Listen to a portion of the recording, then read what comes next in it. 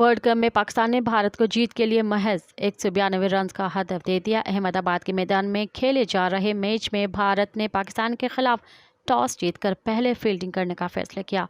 पाकिस्तान की जानिब से इमाम उल हक और अब्दुल्ला शफीक ने इनिंग्स का आगाज़ किया और 41 रन की पार्टनरशिप कायम की, जिसके बाद 8वें ओवर में अब्दुल्ला शफीक 20 रन बनाकर मोहम्मद सिराज के ओवर में LBW आउट हो गए। पाकिस्तान की दूसरी विकेट 12.3 ओवर्स में 73 रन पर गिरी, जब हार्दिक पांड्या ने इमाम उल हक को 36 रन पर कैच आउट कराया। बाद कप्तान बाबर आजम और मोहम्मद रमज़ान ने पार्टनरशिप कायम की और उस दौरान दोनों ने ग्राउंड की चारों तरफ खूबसूरत शॉट्स खेले।